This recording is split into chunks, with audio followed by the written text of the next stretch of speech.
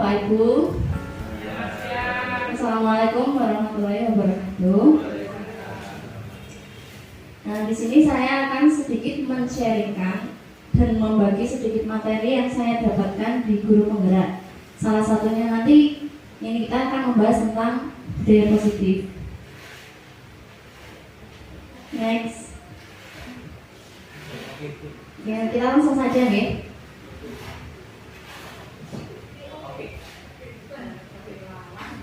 Nah, sebelum kita memulai kegiatan pada siang hari ini, kita ada sedikit permainan sedikit nih.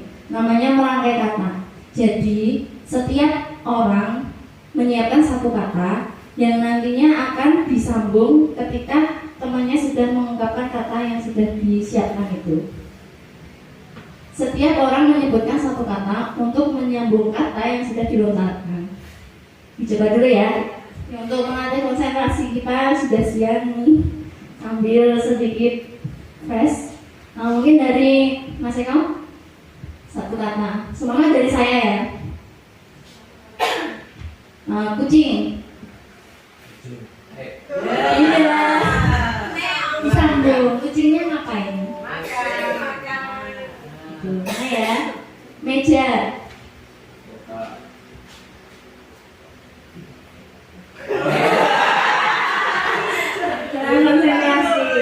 Kita sampai belakang ya, nanti mulai dari Mas Eko, kemudian terakhir Ibu Dewi. Ini satu pelantangannya dinyalakan. Mulai dari saya ya. Bunga. Daun. Harum. Wangi.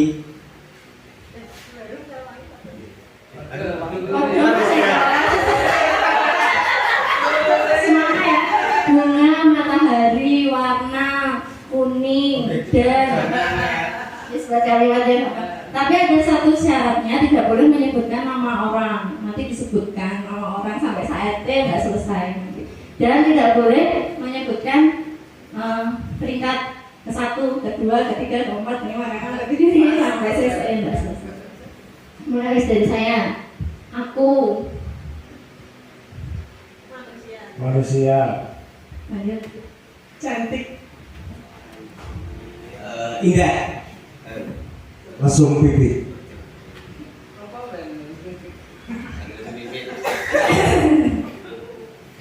Idaman. Tinggi. Manis. Lembut.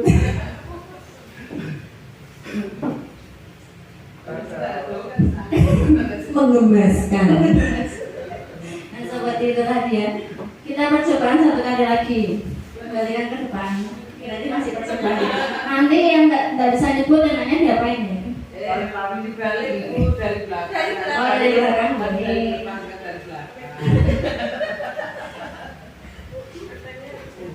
Katanya harus nyambung. Jadi itu tadi hanya menyebutkan saja manis, langsung pipit, dan saya seorang gadis perempuan begitu loh. Ya jadi satu kalimat. Namanya enggak. Iya, maksudnya tadi begitu. Maksud hati. Mulai dari coba. Manusia. Ciptaan. Tuhan. Berakhlak. Mulia. Bernafsu.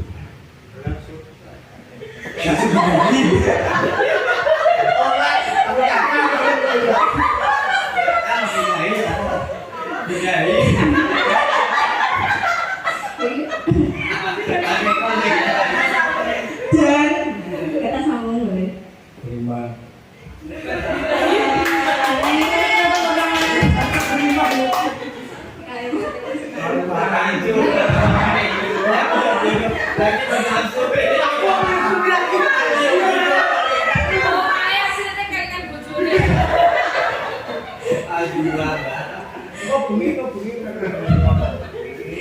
Oke, baru next. Terima kasih.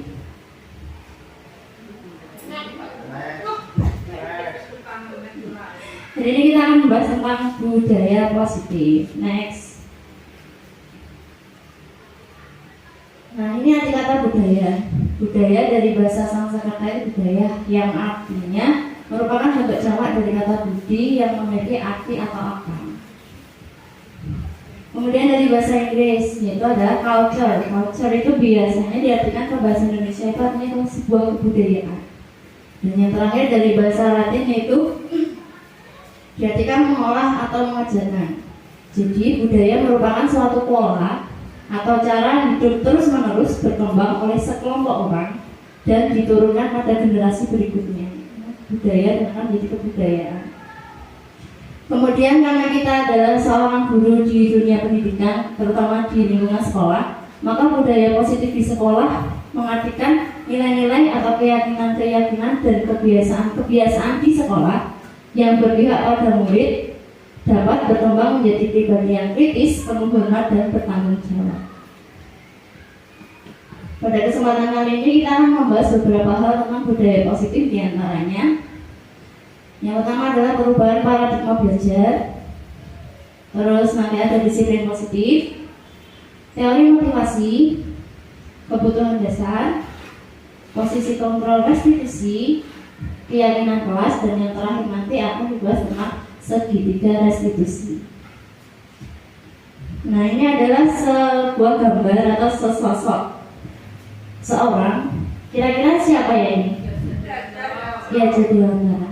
Ki Hajar Dewantara ini adalah tokoh atau jargonnya atau apa yang menjadi gambaran di program guru penggerak adalah Ki Hajar Dewantara, karena filosofi-filosofi pendidikan yang disampaikan oleh Ki Hajar Dewantara dapat kita implementasikan di sekolah kita ini. Yang pertama filosofi Ki Hajar Dewantara atau biasanya kami sebut adalah KHD. Filosofi yang pertama adalah bukan tabula rasa. Masih ingat apa itu tabula rasa? Pendidikan tabula rasa. Pengertian dari tabula rasa? Menurut tabula rasa itu apa menurut? Setahu saya tabula rasa itu kalau diibaratkan ke seseorang yang dilahirkan dalam bentuk putih, bersih, belum ada noda sama sekali. Ya, betul sekali. Itu adalah tabula rasa. Benar. Tapi Ki Hajar Dewantara ini dalam filosofinya bukan tabula rasa. Bahwa anak itu dilahirkan tidak putih, bersih, belum ternoda, hingga orang dewasa bisa memasukkan banyak hal, orang tua bisa memasukkan banyak hal, itu tidak seperti itu ternyata.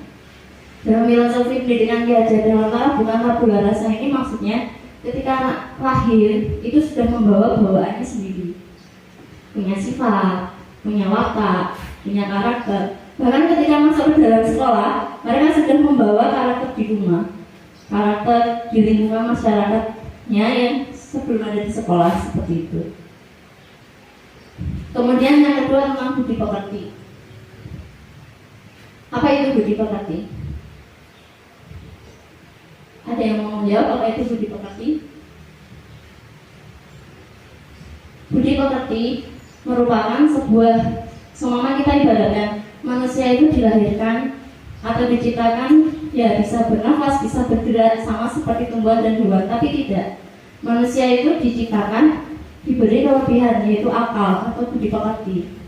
Nah, budi pekerti inilah yang harus kita bantu, anak-anak dibantu untuk menumbuhkan budi pekerti mereka antara pengertian, pemikiran, apa yang baik, apa yang tidak baik. Sebenarnya dalam budi pekerti ini saya sangat mempengaruhi kan dari rumah. Di rumah itu adalah wahana atau sarana untuk menumbuhkan budi pekerti.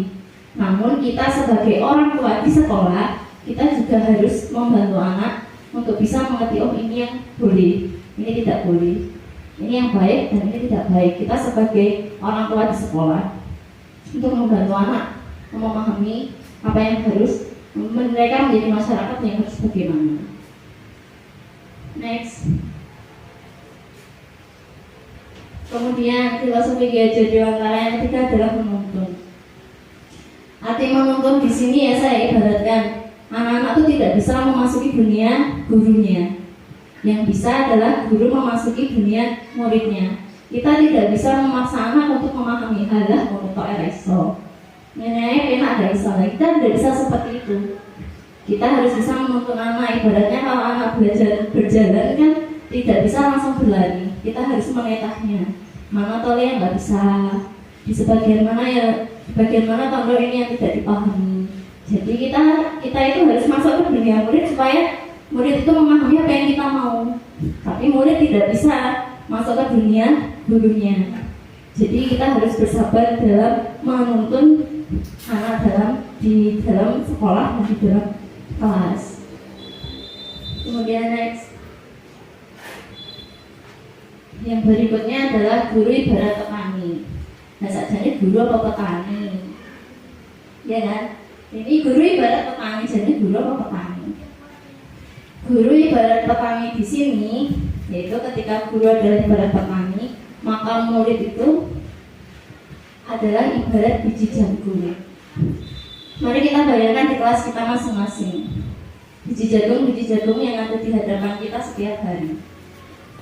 Ketika kita mendapatkan sebuah biji jagung, kita nggak bisa memilih. Ada yang biji jagungnya baik, ada yang biji jagungnya kurang baik. Ada biji jagung yang berkualitas dan ada biji jagung yang tidak berkualitas. Nah, guru ibarat petani di sini adalah guru itu menyediakan lahan, menyediakan perhatian.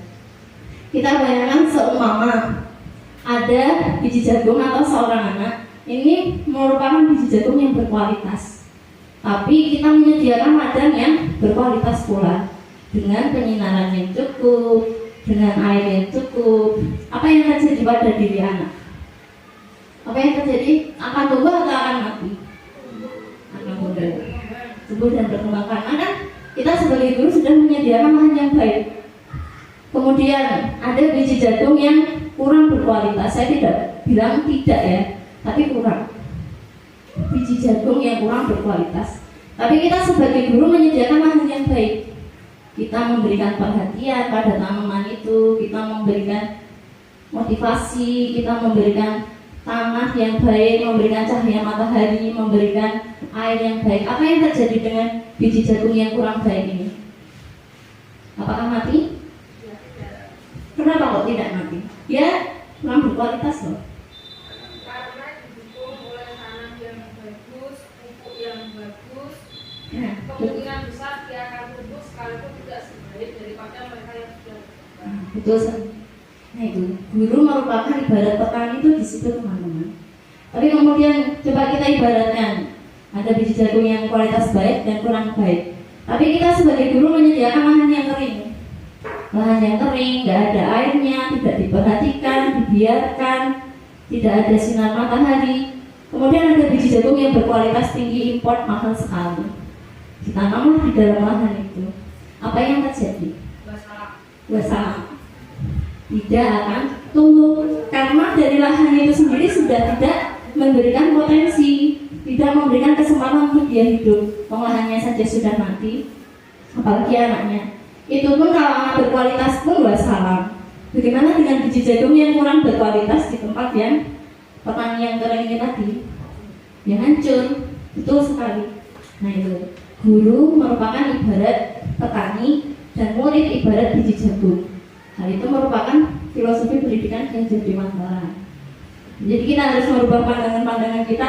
Guru itu harus murid manut guru, tidak. Tapi gurulah yang seharusnya menyediakan itu semua. Karena percuma anak pintar pun, tapi lahan kita kering, tidak diperhatikan, nggak ada air, ya wassalam. Next. Kemudian filosofi pendidikan Ki Hajar Dewantara yang kedua adalah kodrat alam dan kodrat zaman. Pendidikan tidak bisa terlepas dari kodrat alam dan kodrat zaman, tidak bisa dilepaskan. Anak ketika lahir itu sudah membawa kodrat alam dan kodrat zaman. Bagaimana mereka bisa membawa? Yang namanya kodrat alam itu adalah lingkungan mereka. Ketika anak-anak di SDN nyampe 1 ini lingkungannya sudah sangat terkenal dengan yang namanya jaranan. Apakah kita akan menghapus jaranan itu dari hidup mereka? Kan tidak bisa. Itu kodrat alam yang sudah mereka bawa. Kemudian kodrat zaman. Kita sebagai pendidik itu yang namanya kodrat zaman harus mengikuti perkembangan zaman. Anak-anak tidak bisa tertinggal. anak-anak harus tetap mengikuti perkembangan zaman, di mana mungkin nanti abad 21, abad 22 dan lain sebagainya. Kita harus mengikuti supaya anak pun tidak tertinggal, guru pun juga tidak tertinggal. Maka kodrat alam dan kodrat zaman ini tidak bisa terpisahkan dari pendidikan. Jadi harus tetap melihat kodrat alam dan kodrat zaman anak itu. Next. Nah, yang terakhir, filosofi pendidikan KHD Dewantara adalah berpihak kepada anak. Dalam hal ini, berpihak kepada anak adalah guru lah yang menyediakan kebutuhan anak. Ketika anak butuh buku, kita sediakan. Anak butuh perhatian, kita berikan. Nah, berpihak kepada anak ini mengarah pada sebenarnya ya, filosofi Gajah Dewantara adalah guru yang menghamba kepada anak. Bukan berarti menghamba itu ya menghamba kepada anak yang kita bicarakan menghamba, begitu tidak. Tapi kita terlebih ke berpihak kepada anak. Jadi apa yang tidak bisa dari anak itu kita bantu. Yang mana tahu yang nggak bisa, yang mana tahu yang nggak paham seperti itu. Dan berpihak kepada anak ini wajib dilakukan Bapak Ibu guru, karena kita sebagai pelayan masyarakat tidak mungkin kita diam saja ketika anak sedang membutuhkan bantuan dari Bapak Ibu gurunya. Seperti itu sekilas ya dari filosofi pendidikan Ki Hajar Dewantara, ini ada 6. Next.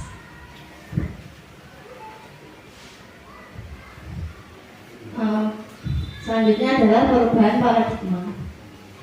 Perubahan paradigma itu merupakan pemikiran-pemikiran yang kita harus merubahnya, teman-teman. Setelah saya belajar dari guru penggerak ini ya, saya mulai belajar untuk merubah mindset yang saya punya untuk menjadi seorang guru. Maka saya akan membagikannya kepada teman-teman. Perubahan paradigma untuk membangun budaya yang positif, sekolah perlu menyediakan lingkungan yang positif, aman, nyaman, agar murid-murid mampu berpikir, bertindak, dan mencipta dengan mereka mandiri dan bertanggung jawab. Nah, ini lazimnya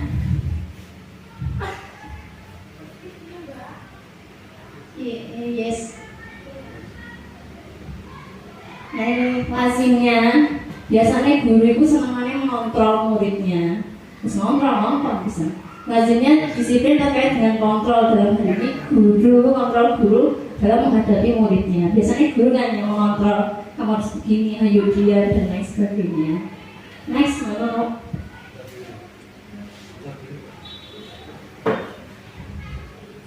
Nah, ini dalam perubahan paradigma stimulus dan respon. Kita mencobanya ada sedikit simulasi.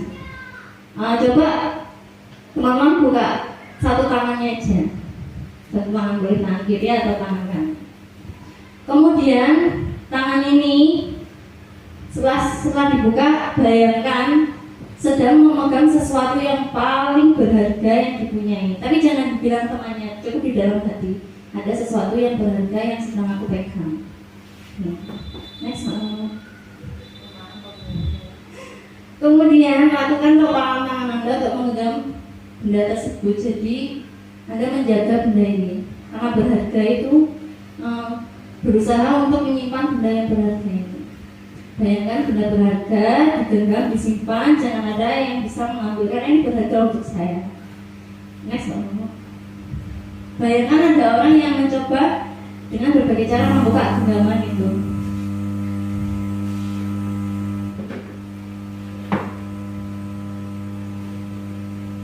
Nah, ketika sudah digenggam, bayangkan ada seseorang yang ingin membukanya. Teman-teman dibujukin, dirayu, diteror dan lain sebagainya. Tapi ini barang ini berharga. Kemudian nantinya apa yang terjadi? Apakah teman-teman akan membuka genggaman itu? Kenapa? Karena kita mempertahankan genggaman. Karena mempertahankan. Ada lagi, kenapa kok nggak mau membuka, Mbak Citra? Karena sangat berharga. Karena sangat berarti. Kenapa tidak mau membukanya, Pak Eko? Ini berarti saya, dan saya nggak mau berbagi. Karena berarti. Dengan begitu, dengan ilustrasi di sini, siapakah yang memegang kendali, saya atau orang lain? Saya sendiri. Semua orang punya kontrol atas dirinya sendiri. Lanjut. Nah, selanjutnya adalah ini adalah contoh untuk meluruskan miskonsepsi tentang kontrol dari Dr. William Glasser. Tapi sebelumnya Dr. William Glasser ini adalah seorang pendidik. Dia adalah seorang pendidik sekaligus psikiater. Jadi dia membantu teman-temannya untuk menyelesaikan dan meluruskan miskonsepsi tentang kontrol itu tadi. Jadi kita punya kontrol. Next. Yang pertama, ilusi guru mengontrol murid. Maksudnya di sini itu begini. Saya ini rada susah menjelaskan karena ini bahasanya tinggi. Gini ya, bahasa Jawanya, guru itu biasanya merasa dirinya bisa mengontrol murid, padahal tidak. Contohnya guru itu ketika memberikan sebuah perintah, ayo duduk, ayo diam, itu guru sudah merasa mengontrol, tapi sebenarnya anak itulah yang membuka dirinya untuk dikontrol gurunya sehingga dia mau duduk. Jadi bukan guru, jadi guru itu merasa dirinya sudah, wah aku kira bisa mengontrol muridku, aku bisa mengontrol wali kelasku. Tapi ternyata tidak. Nyatanya murid itu punya kontrol atas dirinya sendiri. Kenapa dia bisa mengikuti perintah gurunya? Karena dia itu mengizinkan gurunya untuk mengontrol dia. Oke, aku duduk. Tapi apa yang terjadi ketika murid tidak mengizinkan dirinya dikontrol? Ya, jadi anak yang bandel itu. Kita pernah menemui anak-anak yang susah dikontrol karena dia menutup dirinya dan tidak ingin gurunya mengontrol dirinya. Dari sini, paham ya? Itu. Jadi guru-guru merasa kalau dia sudah bisa mengontrol, tapi sebenarnya murid itu yang membuka dirinya supaya bisa dikontrol.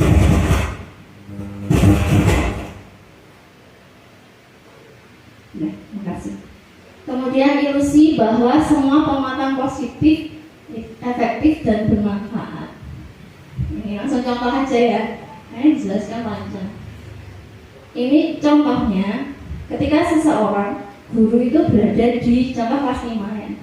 Bu Dewi berada di kelas 5. Kemudian Bu Dewi itu berhasil membuat anaknya itu nurut sama guru tersebut, sama Bu Dewi. Dengan penguatan positif, efektif dan bermanfaat. Jadi anak-anak sudah nilainya naik. Terus Bu Dewi berhasil membuat kondisi kelas dengan baik. Kemudian Bu Dewi merasa, wah aku bisa mengontrol anakku. Nyatanya, ketika anak itu pindah kelas, dipegang oleh Pak Joko, bagaimana? Dia akan berubah karena gurunya berubah. Maka di sini guru tuh yang merasa aku bisa mengontrol muridku. Ternyata murid itu hanya bisa berubah dengan guru tersebut. Kalau gurunya tidak ada, ya tidak. Apakah itu disebut guru mengontrol murid? Kan tidak. Karena dari dalam murid itu sendiri tidak berubah. Karena dalam diri murid itu tidak ada faktor intrinsik dalam dirinya untuk mau berubah. Ketika ganti kelas, ganti guru, apa yang terjadi? Tidak akan sama seperti semula. Bahkan ketika ada yang ngomong, Bu Dewi ini sama dua kok diam aja. Tapi kok di kelas 6 kok dia gak bisa diam? Ya karena itu dia hanya memanfaatkan motivasi dari gurunya kelas 5 dan tidak dibawa ke kelas 5. Jadi mereka tidak akan berubah 100%. Jadi tidak. Jadi jangan gimana ya? Saya sendiri juga begitu. Jangan merasa kamu berhasil mengontrol muridmu gitu loh. Padahal itu dari diri murid sendiri. Next. Ilusi bahwa kritik dan membuat orang bersalah dapat menguatkan karakter. Biasanya ini tuh tidak disadari guru karena ketika kita memberikan kritik itu biasanya bernada rendah dan kita sudah benar melakukan hal itu. Contohnya ketika ada anak yang berantem, terus kita dudukkan, terus kita ajak ngobrol. Ya kok toleh, sampai nggak kasihan toh, temanmu berdarah itu loh. Kamu kok mengakal, tapi nadanya rendah supaya anak tersebut merasakan apa yang dirasakan temannya, ya enggak? Tapi nyatanya kritik tersebut itu membuat anak, oh aku nakal, oh aku pembuat onar, oh aku bersalah. Nah ini yang salah nih. Walaupun kita berusaha untuk menguatkan karakter mereka, rasa loh, kancamu ki sakit, besok jangan kamu ulangi lagi kalau kamu tidak mau merasa sakit. Tapi yang nyatanya seperti itu tidak. Ketika kita memberi penguatan seperti itu, yang ditangkap anak-anak tuh, aku nakal, aku bersalah, aku membuat onar. Ya, jadi kritik yang membangun itu nanti ada kita membahas tentang restitusi, tapi tidak dengan kritik seperti ini. Ini hanya untuk meluruskan miskonsepsi tentang guru yang mengontrol. Gitu. Next. Yang terakhir adalah ilusi dari William Glasser. Itu adalah ilusi bahwa orang dewasa memiliki hak untuk memaksa. Ketika orang dewasa, guru memaksa muridnya, kita membentak, kita memarahi dengan nada tinggi, setengah nada, bahkan nada rendah, dengan gaya memaksa, itu dampaknya tidak efektif. Yang pertama nanti akan menimbulkan cedera hati, ya, tersinggung. Dan anak itu akan menaruh dendam dengan gurunya. Ketika guru itu memaksa, kamu harus begini, kamu harus begitu. Sebenarnya dalam diri anak, kita kan hanya melihat aku seorang guru. Coba kita duduk sebagai anak, kita diperlakukan seperti itu, maka anak akan menaruh dendam. Ingat guru nih, aku gak senang sampai orang itu, guru itu karena suka memaksa. Seperti jadi ini ilusi-ilusi atau yang apa yang kita rasakan benar, tapi ternyata keliru. Seperti itu. Jadi ya kembali ke sini lagi. Ketika ilusi guru mengontrol, guru itu merasa aku harus bisa mengontrol muridku. Nyatanya guru itu tidak bisa mengontrol. Yang ada murid itu membuka dirinya supaya dirinya bisa terkontrol oleh guru tersebut. Gitu. Jadi kalau ketika murid tidak membuka dirinya untuk dikontrol gurunya, ya jadi murid yang membangkang itu tadi. Karena dia tidak mengizinkan dirinya untuk dikontrol gurunya. Seperti itu. Next. Nah, ini adalah tabel dari stimulus respon dan teori kontrol. Jadi ketika kita sudah memahami bahwa setiap manusia, bahkan anak-anak itu mempunyai kontrol atas dirinya, entah dia mau dan tidak, tentang apa yang ingin guru lakukan, maka kita akan menyadari bahwa realitas kebutuhan kita berbeda. Realitas kebutuhan kita tidak sama. Jadi di sini adalah ketika kita sudah memahami teori kontrol, dan ini adalah stimulus respon. Stimulus respon itu perlakuan yang direspon. Jadi tidak kita sadari, tapi orang-orang yang luai, gitu. Yang kedua, semua orang melihat hal yang sama. Nyatanya setiap orang memiliki gambaran yang berbeda, ya kan? Kemudian ini kita mencoba mengubah orang lain agar pandangannya sama dengan kita. Kita tuh pengen banget merubah orang, kamu harus begini, harus begitu, merubah anak harus begini, harus begitu. Nyatanya kita berusaha memahami pandangan orang lain tentang dunia. Jadi jangan kita yang melihat bahwa kita tuh bisa merubah orang lain, tidak. Karena orang lain mempunyai kontrol atas dirinya sendiri, termasuk anak-anak itu tadi. Terus perilaku buruk dilihat sebagai suatu kesalahan. Ini kurang. Kalau kita sudah memahami teori kontrol, semua perilaku memiliki tujuan. Anak-anak itu bisa menolak keinginan gurunya karena mereka punya tujuan. Anak-anak mengikuti keinginan gurunya karena memiliki tujuan. Walaupun di sini anak-anak nggak semua ngambil gurunya, tapi tetap mengikuti gurunya. Dia punya tujuan. Aku butuh sekolah. Yang penting melu wae. Itu tujuannya supaya aku lulus sekolah. Jadi segala perilaku ini memiliki tujuan. Walaupun anak-anak yang menolak sekalipun, mereka sudah punya tujuan. Selanjutnya, orang lain bisa mengontrol saya. Dan ini yang kurang. Tapi yang sebenarnya adalah hanya saya yang bisa mengontrol diri saya sendiri. Benar? Ada yang mau dikontrol orang lain? Tapi ketika kita mau dikontrol orang lain, harus memiliki tujuan. Kayak tadi, saya mengikuti arahan dari Pak Eko karena saya punya tujuan supaya ini baik, supaya ini berjalan dengan lancar, memiliki tujuan. Tapi kan dengan atas masukan Pak Eko, jadi ya Pak Eko yang mengontrol, saya membuka diri untuk dikontrol, begitu. Kemudian saya bisa mengontrol orang lain. Oh sudah. Pemaksaan ada pada saat bujukan gagal. Jadi orang itu kalau siswa dibujuk gagal, ujung-ujungnya dipaksa. yang memaksa. Tapi yang nyatanya dalam teori kontrol, kolaborasi dan konsensus menciptakan pilihan-pilihan baru. Jadi diajak ngobrol lah muridnya, jangan dipaksa begitu. Karena nanti ketika kita memaksa maka hati murid itu cedera, maka timbul iri, maka timbul benci terhadap gurunya. Kemudian yang terakhir, kalau di stimulus respon itu model berpikirnya menang kalah, kayak sistem ini menang ini kalah. Ya kalah ya kalah, menang ya menang tidak. Tapi dalam stimulus, dalam teori kontrol menang-menang karena ada restitusi itu tadi, ada kita ngobrol. Jadi ketika anak itu salah diarahkan, mereka akan menjadi benar. Seperti itu. Oke, next Mbak. Yang selanjutnya tentang disiplin positif. Tapi sebelumnya saya mau tanya, apa itu disiplin? Kita sebagai guru mesti kan, ayo udah disiplin, anak-anak harus disiplin ini, disiplin itu. Apa itu disiplin? Mematuhi aturan yang sudah diterapkan. Mematuhi aturan yang sudah diterapkan. Boleh ada lagi yang mau berpendapat apa itu disiplin? Aku tuh harus disiplin datang tepat waktu. Aku tuh harus disiplin mengerjakan tugas. Nah, disiplin itu apa?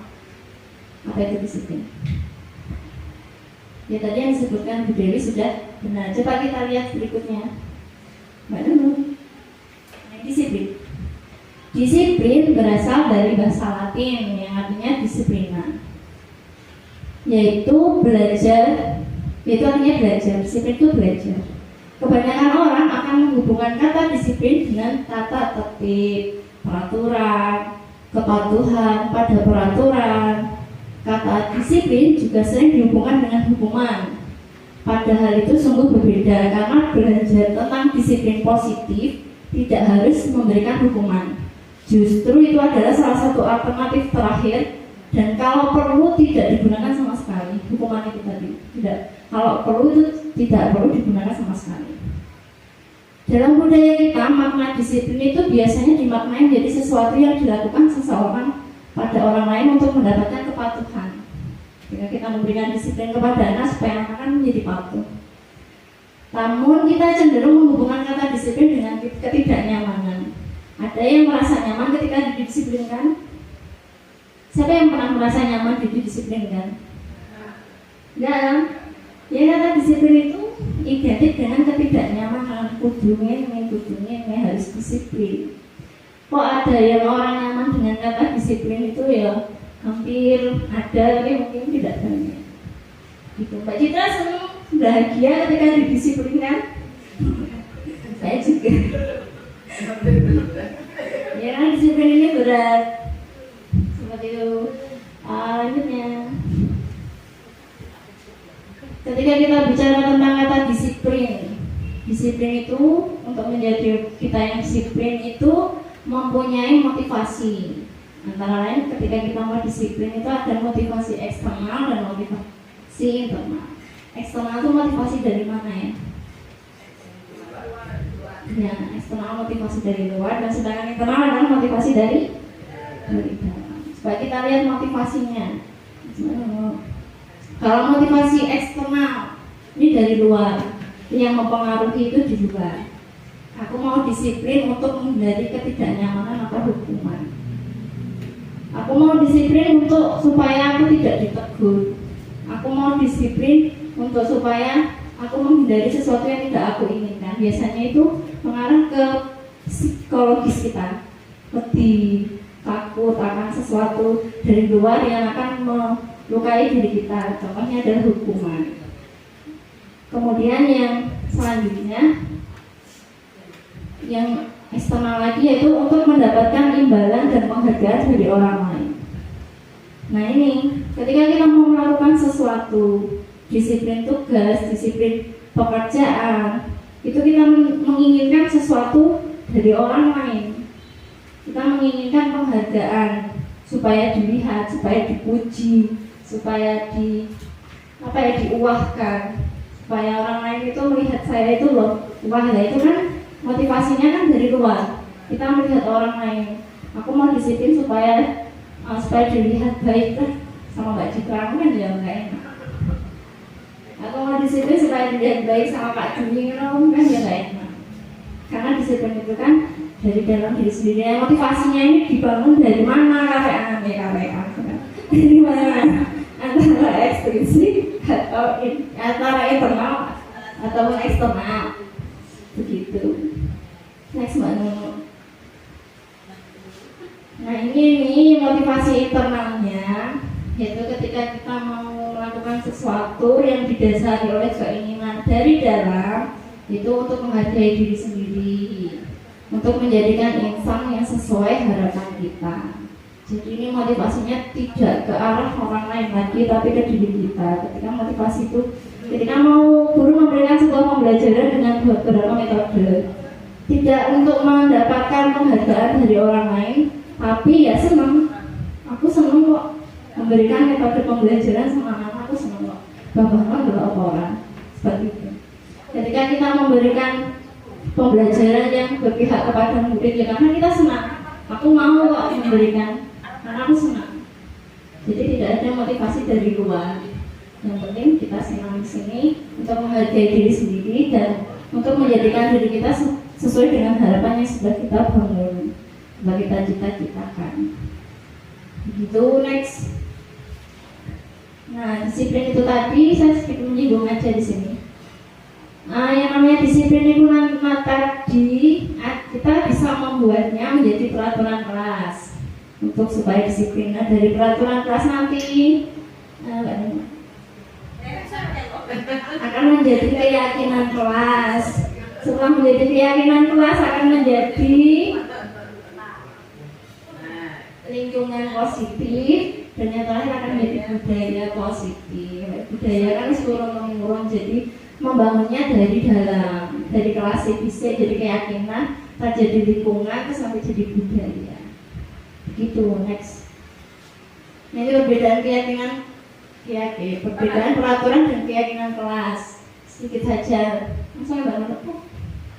Kalau peraturan dibuat lebih mendetail, kalau keyakinan sifatnya abstrak. Contoh aja ya, jangan datang terlambat. Tapi kalau kita membuatnya jadi sebuah keyakinan yang kita yakini, datang tepat waktu. Jadi sudah tidak berkata negatif, tapi dipositifkan. Kemudian contoh selanjutnya, kembalikan barang pada tempatnya. Kalau sudah menjadi keyakinan kita, oh berarti aku harus menjaga dan meletakkan barang sesuai tempatnya. Tuh, next Nah itu, suatu keyakinan akan menjadi lebih memotivasi seseorang dari dalam atau memotivasi secara intrinsik. Seseorang akan lebih tergerak dan bersemangat untuk menjalankan keyakinan daripada hanya sekedar mengikuti serangkaian aturan. Benar? Nah, karena keyakinan itu kan akan kita bawa terus. Kalau hanya sebatas peraturan, ya beda tempat, beda peraturan. Lanjut. Tentang hukuman dan konsekuensi. Kalau kita tadi belajar, kita membahas tentang hukuman dan konsekuensi, ada beberapa hal. Kalau hukuman itu tidak terencana, tiba-tiba murid tidak tahu apa yang terjadi dan dilibatkan, tiba-tiba sudah dihukum begitu saja. Terus bersifat satu arah, biasanya hukuman itu yang membuat guru, tapi murid tidak dilibatkan karena dihukum. Kemudian berupa hukuman fisik dan psikis. Nah, hukuman ini biasanya gandengannya ada peraturan. Peraturan tidak dilaksanakan maka dihukum. Nah, kalau yang konsekuensi ini biasanya gandengannya sama keyakinan kelas. Kalau sudah ada keyakinan kelas bersama yang dapat disepakati bersama, maka ini ketika murid tahu dia salah, dia itu sudah ngerti. Oh, aku salah, aku begini. Terencana atau disepakati sesuai dengan peraturan. Jadi ini bersifat dua arah, pembuatannya antara guru dan murid. Tetapi dalam hal konsekuensi, murid akan tetap dibuat nyaman dan sikap guru selalu memonitor murid. Begitu kalau hukuman itu tadi peraturan, kalau konsekuensi ini keyakinan. Jadi apa yang kita yakini, kamu sesuai dengan keyakinan hari ini, sesuai dengan keyakinan kelas enggak. Jadi kamu harus apa? Sudah tahu. Kalau hukumannya nggak tahu, jadi kamu nggak bawa sepatu Ya nggak tahu harus bagaimana, terus gurunya bontak bisa mulai sana. Iya, itu hukuman dan konsekuensi perbedaannya. Dan yang seterusnya adalah restitusi. Restitusi ini adalah yang saya bahas sekilas saja, nanti akan dibahas lebih mendalam di slide berikutnya. Restitusi itu proses menciptakan kondisi murid untuk memperbaiki kesalahan. Jadi restitusi adalah sebuah proses untuk membantu murid untuk memperbaiki kesalahan dan untuk mencarikan solusinya, tapi tidak untuk mendukung murid tersebut. Next, Mbak Nono. Nah, di hukum penghargaan yang maksud dari di hukum penghargaan, ada yang bisa membantu saya? Maksudnya di hukum penghargaan kok menghukumi bagaimana? Udah penghargaan dapat piala, tapi itu termasuk hukuman. Ada yang bisa membantu saya? Penghargaan kok menghukum? Penghargaan kan tidak menghukum, tapi malah memberikan kesenangan, ya enggak? Tapi di sini penghargaan itu menghukum. Ada yang bisa membantu saya coba? Bagaimana Bu Dewi? Ini apa? Kita bahas saja nih. Next. Ini hukuman dan penghargaan. Saat kita berulang kali menjanjikan hadiah kepada anak-anak agar perilaku bertanggung jawab, atau kepada seorang murid agar mempelajari sesuatu yang baru, atau kepada seorang karyawan agar melakukan pekerjaan yang berkualitas, kita sedang berasumsi bahwa mereka tidak dapat melakukannya, atau mereka tidak akan memilih untuk melakukannya. Jadi kita itu berasumsi kalau murid itu nggak iso, makanya kasih reward supaya supaya bergerak, supaya mengerjakan. Dan kita berasumsi bahwa murid itu tidak akan melakukannya. Itu hanya asumsi kita, padahal tidak. Lagi selanjutnya, penghargaan. Waduh, ini banyak sekali. Saya sini aja Pak. Jadi penghargaan itu pengaruh jangka panjang, ada pengaruh jangka pendeknya. Pengaruh jangka pendeknya apa ya? Kalau anak sering dikasih penghargaan, ketika anak sering dikasih reward, itu jangka pendeknya apa kira-kira? Apa? Ya, anak bosan. Saya sudah pernah melakukannya dulu waktu menjadi wali kelasnya di kelas 3. Ala bu aku mau Dewi so. Nah ini jangka pendeknya itu. Jadi murid itu sudah bosan, sudah ngerti jangka pendeknya. Tapi kalau di jangka panjangnya, ya murid itu akan melakukan sesuatu ketika dia diberi reward. Kalau tidak diberi reward, dia tidak mau. Jadi ngenteni gurunya memberi reward baru dia bergerak. Tapi jangka panjangnya itu tidak efektif untuk mendisiplinkan. Yang kedua adalah penghargaan tidak efektif. Nah, ketika seperti itu apakah mengubah anak? Ketika diberi penghargaan terus-menerus itu akan mengubah anak atau tidak? Tidak. Dia tidak. Jadi penghargaan jadinya tergantung sama penghargaan itu. Jadi menjadikan penghargaan itu gak efektif. Jadi percuma dia penghargaan murid. Kemudian penghargaan itu merusak hubungan. Contohnya seperti ketika ada seorang anak atau anak itu berprestasi kemudian dipampang di depan kelas. Ya, anak yang dipampang di depan kelas itu dia akan merasa bangga. Bisa jadi dia akan merasa sombong. Kemudian bagaimana dengan anak-anak yang duduk? Dia akan merasa iri. Kenapa harus dia terus? Paling dia sering dapat penghargaan yaitu itu toh. Jadi merusak hubungan antara teman satu dengan teman yang lain karena timbul iri terhadap teman yang diberikan penghargaan itu tadi. Kemudian penghargaan mengurangi ketepatan. Dalam buku yang saya baca itu, penghargaan yang mengurangi ketepatan itu ketika anak dalam kompetisi ya sudah diberitahu hadiahnya semua. Contoh kita lagi melakukan games kompetisi di dalam kelas, tapi kita sudah memberitahu hadiahnya apa, memang kayak besi berantai ya. Nah ini nanti ketepatannya anak yang sudah tahu hadiah sama yang belum tahu hadiah itu berkurang karena fokusnya itu akan hadiah itu, tidak fokus pada permainannya, tidak fokus pada kesenangannya, tapi fokus pada penghargaan yang akan didapatkan. Kemudian penghargaan yang menurunkan kualitas penghargaan yang menurunkan kualitas ini contohnya itu seperti seseorang yang sedang menjalankan skripsi. Nah, orang yang sedang menjalankan skripsi kan, ya dia menjalankan sebagaimana mestinya. Tapi kalau orang itu membuat skripsi tapi untuk orang lain dan dia diberi imbalan, maka dia tidak akan terus belajar. Dia akan terus belajar ketika diberi imbalan itu tadi. Kalau aku gak dipergunakan, ya aku gak perlu belajar tentang skripsi model lain. Allah aku nggak dibutuhkan orang untuk mengerjakan skripsi, jadi aku nggak akan belajar tentang skripsi model ini. Gitu, dia mengurangi kualitas yang seharusnya dia punya, bisa mengembangkan, tapi karena penghargaan itu tadi dia jadi malas. Aku nggak dibayar, ya jadi aku nggak usah berkembang, aku ini ya wis. Terus penghargaan mematikan kreativitas. Ini contohnya seperti membuat puisi. Ketika membuat puisi, lomba membuat puisi, kalau anak-anak itu sudah tahu hadiahnya, dia akan membuatnya sangat dan dapat wah banget dan dapat penghargaan. Tapi tidak jadi dalam hal-hal yang detail. Jadi puisi itu tadi memang wah, tapi ada beberapa hal yang tidak detail. Jadi itu kreativitasnya tidak akan nampak, tidak akan muncul dalam pengolahan bahasanya. Jadi dia fokusnya dengan penghargaan. Kemudian penghargaan yang menghukum. Ini ketika saya membaca di modulnya sedikit shock itu karena di sini dituliskan peringkat kelas. Ketika murid itu diberikan peringkat kelas, maka biasanya dia peringkat 1. Ketika dia turun jadi peringkat 2, dia akan merasa terhukum dengan sendirinya. Aku kurang belajar. Aku ngapain ya kok nggak bisa ini, jadi peringkat 1 kenapa peringkat turun. Jadi secara tidak langsung dia menghukum dirinya sendiri dari peringkat kelas itu. Terus kemudian yang terakhir adalah motivasi dari dalam diri.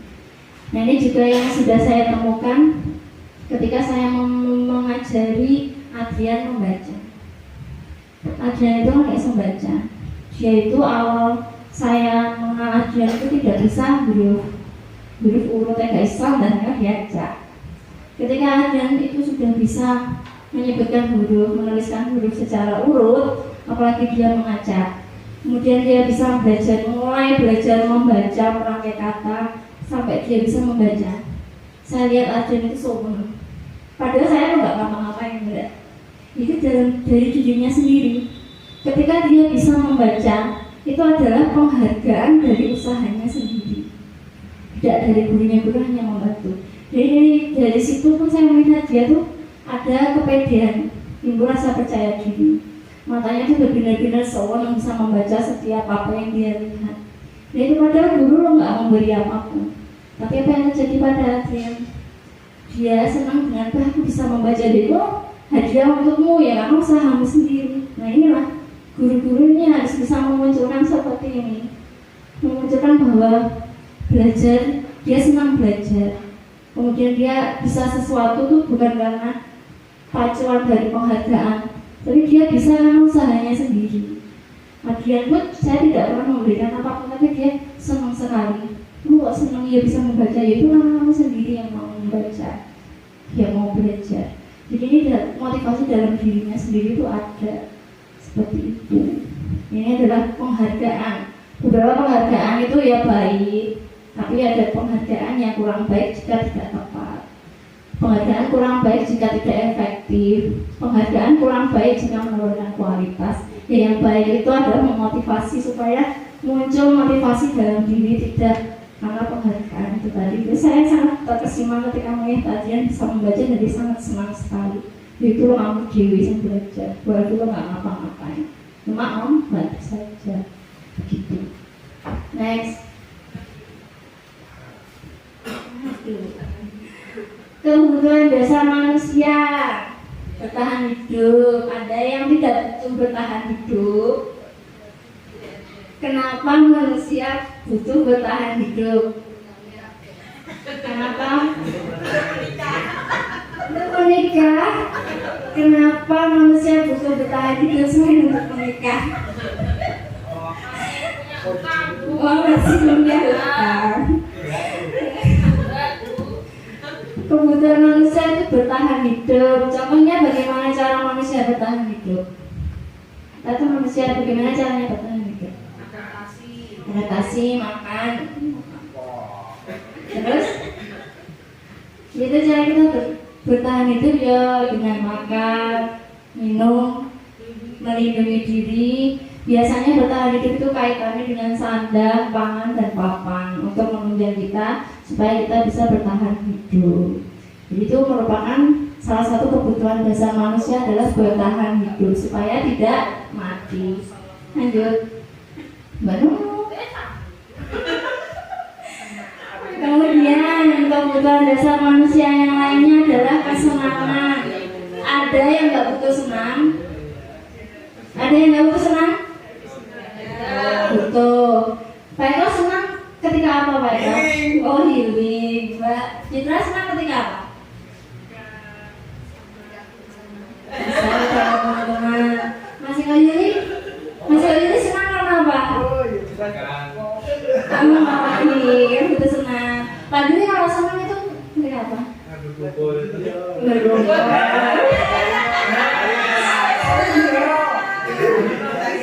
Benar senang ketika apa ya?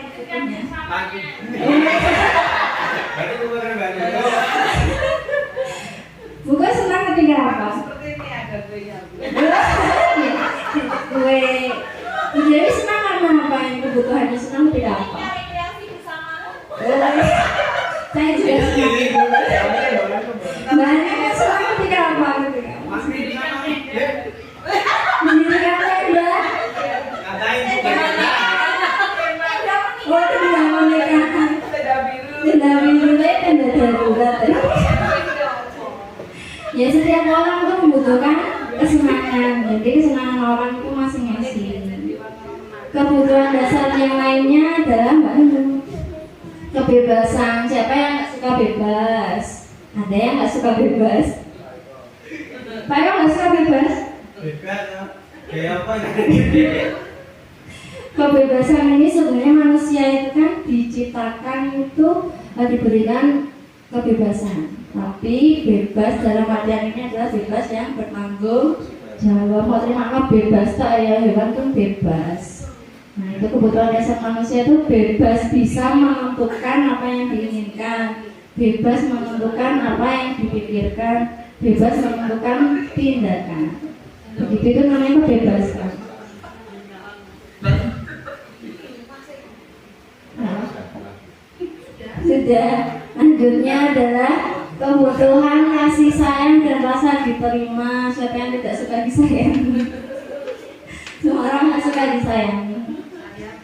Disayangi, rasa diterima itu nanti biasanya kalau kita melakukan sesuatu yang membuat kita diterima dan kita disayangi maka hasilnya kan maksimal. Tapi kalau kita sudah tidak disayangi, ditolak lagi, jadi tidak maksimal.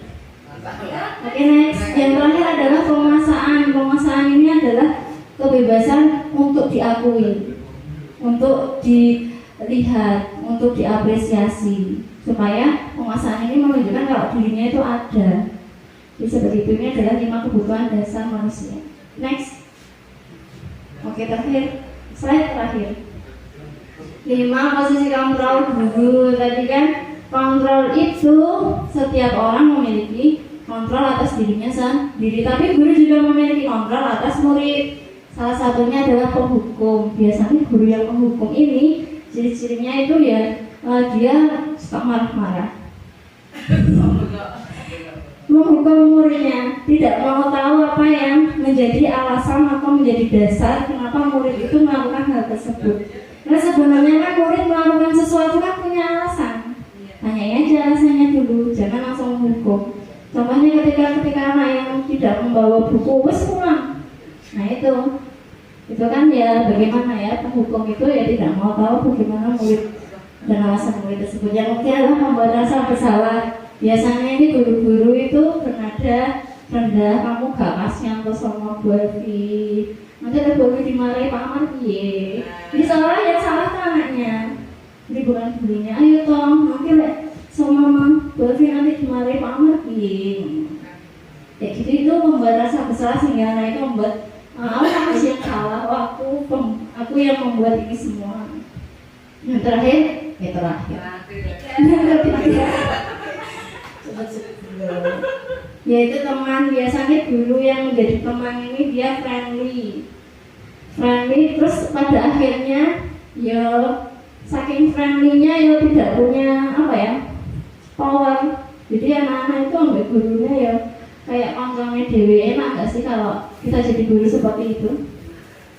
Iya, ada enaknya dan enggaknya. Cuma karena ini efeknya akan negatif ke anak. Jadi anak itu tidak punya rasa takut, rasa sopan terhadap gurunya. Ya, ganggunya kurang. Jadi akhirnya sampai naik dulu. Jadi dikurangi aja menjadi guru oposisi kontrol guru menjadi teman. Dan anak nanti nggak punya batasan. Jadi nganggap gurunya menjadi temannya sendiri. Kemudian pemonitor atau pemantau biasanya itu dia mengandalkan data. Kemarin 2 hari lalu kamu, 3 hari lalu kamu, sekarang kamu. Di kelompok ini memantau. Minggu lalu kamu, sekarang kamu, dia memantau terus. Jadi ini ya baiknya kita menjadi guru dan menjadi manajer. Manajer itu memberikan perhatian. Ketika anak yang salah ya diajak ngobrol. Kamu kenapa begini? Kamu kenapa begitu? Motivasi kamu begini apa? Motivasi kamu begitu apa? Dengan tujuan. Selanjutnya, terakhir kita sedikit dulu ya. Ini teman-teman tahu nggak lagunya yang kalau kau suka hati tepuk tangan? Nadanya itu cuma tulisannya yang diganti. Kelihatannya kita sudah memahami banyak hal tadi kan? Jadinya saya tahu sudah siap melakukan. Saya tahu sudah siap melakukan. Saya tahu sudah siap saja. Saya tahu sudah siap melakukan. Tapi ini ada gerakannya. Saya dilihat aja dulu. Saya itu tahu, sadar, siap, terus melakukan. Coba kita berdiri dulu ya. Kita coba dulu. Oke, Pak Dwi berdiri dulu. Coba saya mana saya? Saya tahu, sadar, siap, melakukan. Nah ini ada bernyanyi sambil bergerak. Mungkin kita nanti bisa nge-share ke murid-murid untuk melatih konsentrasi. Mulai ya, dicoba dulu ya. 1, 2, 3. Saya tahu, sadar, siap, melakukan. Saya tahu, sadar, siap, melakukan. Saya tahu, sadar, siap, sadar. Saya tahu, sadar, siap, melakukan.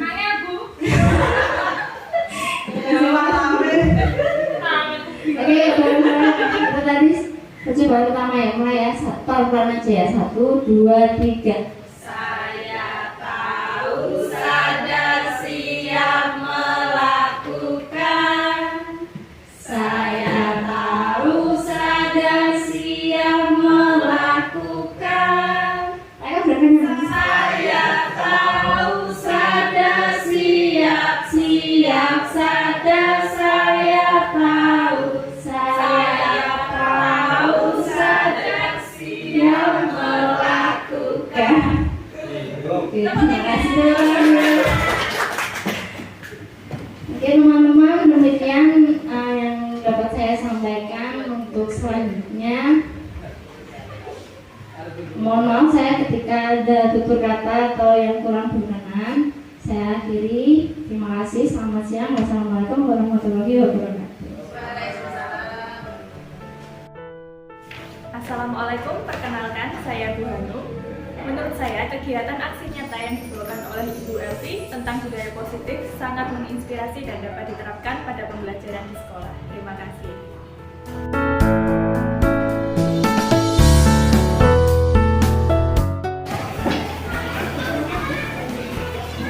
Ini ya, hari ini kita akan membentuk, tadi kan sudah kita buat susunan, terus tiket kelas. Sekarang di sini nanti kita akan membuat keyakinan kelas. Jadi keyakinan kelas itu sesuatu yang kita yakini benar, ya, dengan kalimat yang positif. Sumama contohnya apa tadi? Datang tepat waktu. Terus ada lagi apa coba? Mama berikan barang pada temannya, tempatnya.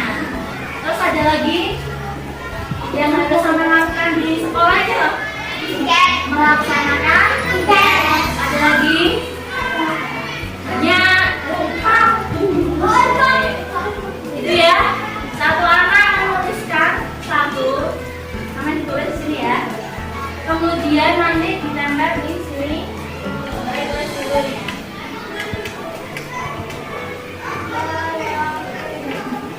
Keyakinan itu sama seperti peraturan. Kamu paham peraturan loh? Ya hampir sama, cuma bahasanya sedikit tidak. Biasanya peraturan di kelas itu apa tadi kemarin itu? Aktu kelas 2. Peraturannya apa di kelas 2? Gak ada peraturan? Ada apa enggak? Gak ada peraturan bebas, berarti masuk sembarangan. Enggak usah buat waktu mau. Enggak, dan jadi ini biasanya peraturan. Ada peraturan enggak di kelas 2? Apa aja ini? Nama waktu siapa mana? Oke, terus apa lagi? Itu membuang sampah pada tempatnya. Terus apa lagi? Kelas 2. Sama ingat peraturan-peraturan di kelas 2, tapi sama dirubah menjadi kalimat yang lebih baik. Dilarang membuang sampah, dirubah menjadi membuang sampah pada tempatnya. Bukan pada temannya, membuang sampah pada tempatnya. Jadi satu anak nanti sampai tuliskan satu keyakinan yang bisa kamu kerjakan. Oh Bu, saya bisa datang tepat waktu. Oh saya bisa mengerjakan tiket. Oh saya bisa bergotong royong. Oh saya bisa berbaris dengan rapi. Oh saya bisa membuang sampah pada tempatnya. Oh saya bisa mematikan lampu ketika tidak digunakan. Saya dipahami? Kira ini namanya